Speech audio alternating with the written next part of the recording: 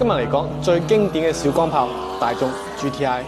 讓我哋將時間線推回到70年代，喺當時如果想買一台運動車型，如果你有錢可以買到 Ferrari、Lamborghini、Porsche 呢啲跑車，但係對於一般人嚟講，呢啲車貌似都唔係一個好好嘅選擇。而喺呢個節點，大眾推出咗替代甲殼蟲而生嘅車型高爾夫，佢擁有住唔錯嘅動力，車內空間又夠寬敞，非常實用。最重要嘅係價格實惠，好快就受到咗大眾嘅歡迎，獲得咗唔錯嘅銷量。而為咗讓高爾夫可以落賽道，吸引更多年輕人嘅目光，大眾就將一台可以生產110匹馬力嘅 1.6 升直列4缸發動機塞咗入高爾夫嘅機頭。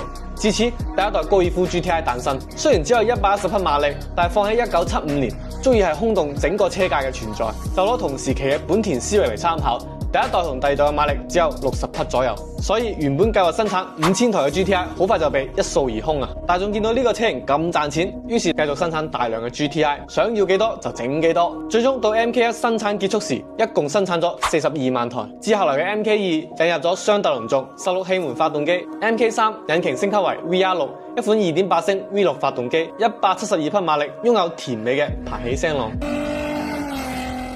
MK4 20氣門 1.8T 引擎 ，MK5 獨立嘅後懸掛，而 MK6 係一台更好睇嘅 MK5。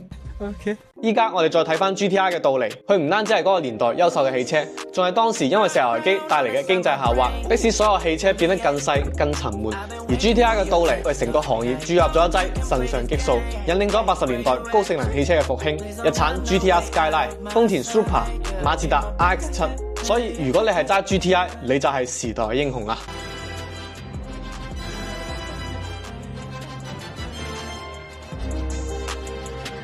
如果大家仲想聽我介紹啲咩車型，歡迎喺評論區留言討論。